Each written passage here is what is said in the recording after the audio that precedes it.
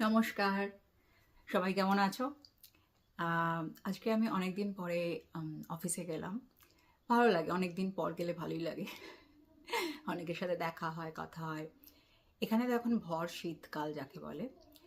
আর শীতকালটাকে আর ঠান্ডা লাগছেই না।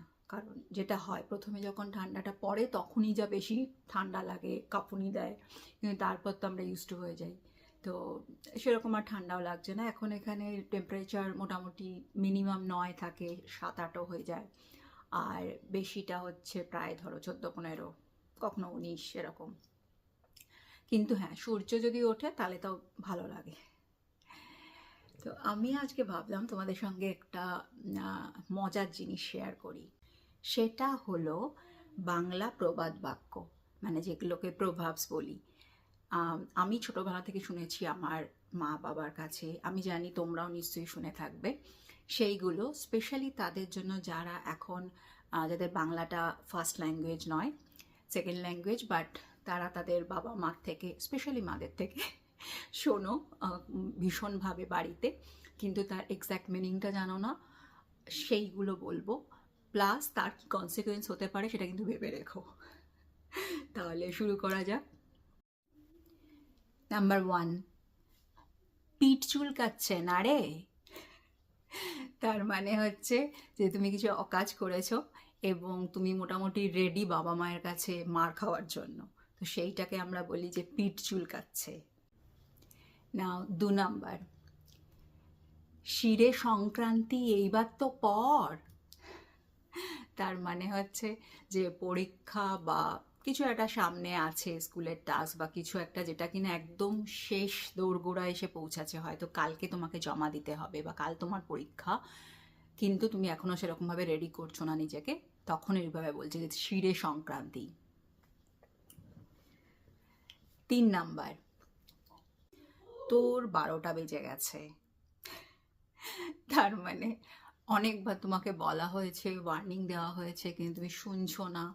মানে বাবা মাও খুব ফেড আপ হয়ে গেছে, তখন বলতে চাইছে যে ওহ তোর 12টা বেজে গেছে, তার মানে তোদের কিছু হবে না, চেষ্টা চরিত্র করেও কিছু লাভ হচ্ছে না, তো আর কিছু করার নেই এরকম। বাট এটাকে নেগেটিভ সেন্সে ধরো না, এটা ওইভাবেই বাবা মা বলতে থাকে, কিন্তু তোমাকে তখন শুধরে যেতে হবে যে একদম এক্সট্রিমে না গিয়ে নাও টার্ন ব্যাক। 4 নাম্বার, এইভাবে সব কিছু নয় ছয় করছিস। তার মানে কিছুটা টাকা পয়সা, ধরো তুমি কিছু একটা কিনেছো যেটা খুব একটা কাজের না অ্যাকর্ডিং টু দেম, তো তখন বলবে যে পয়সা করি নিয়ে নয় ছয় করেছিস। এবং সেটা কিন্তু এমন না যে যখন তুমি টিনেজ থাকছো তখন বলছে, এটা তুমি যখন অ্যাডাল্ট হয়ে গেছে তখনও তুমি শুনতে পারো। মানে আমি এখনও হয়তো শুনি, লাস্ট কবে শুনেছি মনে পড়ছে না যদিও, কিন্তু হ্যাঁ, এটা অ্যাডাল্ট এজেও বাবা মায়ের কাছে তো আমরা সবসময়ই ছোট, তো এটা সবসময় বলতে পারি যখনই তারা দেখবে যে কোনো একটা এমন জিনিস কিনলাম যেটা দরকার নেই, হয়তো কোনো দামি ঘড়ি বা দামি মোবাইল, টাকা পয়সা নিয়ে এইভাবে নয় ছয় করছিস।